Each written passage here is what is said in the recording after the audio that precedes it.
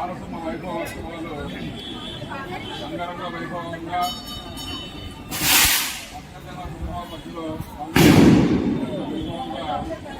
స్వామివారి యొక్క ఉత్సవాలు చేయించుకుంటాం.